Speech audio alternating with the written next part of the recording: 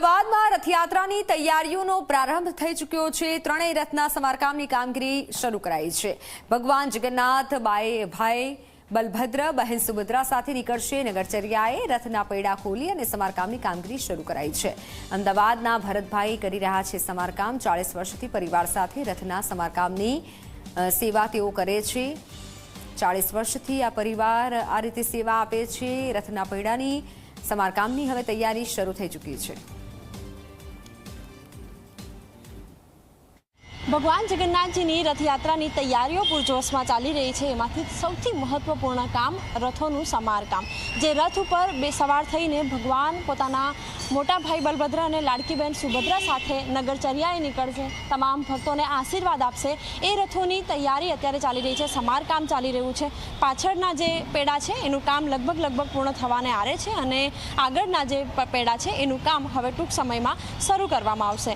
મહત્વની વાત એ છે કે જ્યારે પણ રથોનું સમારકામ થતું હોય છે ત્યારે પેડા કાઢવામાં આવતા હોય છે ને ત્યારબાદ તેને કયા પ્રકારની સમારકામની જરૂર છે તેની તપાસ થતી હોય છે અને ત્યારબાદ તે કામગીરી આગળ વધારવામાં આવતી હોય છે। અત્યારે સમારકામ આપ જોઈ રહ્યા છો।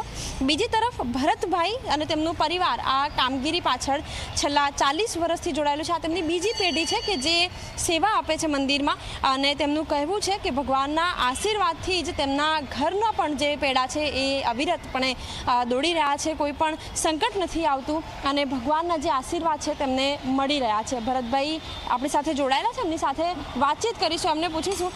ભરતભાઈ, અત્યારે સમારકામ થઈ રહ્યું છે, કઈ કઈ કામગીરી હજી બાકી છે? અત્યારે આપણે રથના પૈડા ખોલી નાખ્યા, ત્રણે રથના, બરાબર છે।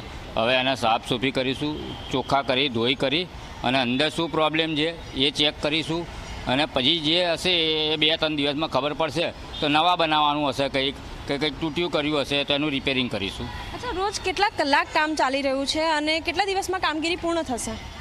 રોજ અમે 5-6 કલાક તો અમે કરીએ જ છે કામ અને કામગીરી તો આમ બધું કંઈ રિપેરિંગ નહીં કરવાનું હોય ને સીધું પતી જતું હશે તો અઠવાડિયાનું કામ છે, નીકળ 15 દાડા તો નીકળી જાય બધું બનાવવામાં। અચ્છા, કેટલા લોકો છો તમે અને આટલા વર્ષોથી આટલા સમયથી સેવા કરી રહ્યા છો? ભગવાનનો કેવો આશીર્વાદ મળી રહ્યો છે? અમે 4-5 જણા છે, બધા ઘરના જ છે અને આ અમે મારા ફાધર હતા, 41 વર્ષથી સેવા હાલતા હતા અને 13 વર્ષથી હું સેવા હાલું છું અને ભગવાનની દયા છે કે ભાઈ અમે આ કાર્ય કરીએ છીએ। અચ્છા, ભગવાનની આવી સેવા કરવી એ એક મોટો લાહવો કહેવાય। તમે શું અનુભવ કર્યું ભગવાનને આ સેવા જ્યારે આપો છો ત્યારે ભગવાનના આશીર્વાદ કેવા મળે છે? ભગવાનના ઘણા આશીર્વાદ મળે છે, એ અમને મનને જ ખબર છે અને દોડીને જ આવવું પડે છે। જ્યારે બી એનો જ્યારે પુકાર થાય કે ભાઈ મારું કામ છે એટલે હું બધા કામ પડતા મૂકીને હું અહીંયા આવું છું કે નહીં ભાઈ જે બી હોય પહેલાં ભગવાનનું કામ અને એના હિસાબે એમનું ગાડું ચાલે તો મારું ગાડું ચાલે છે।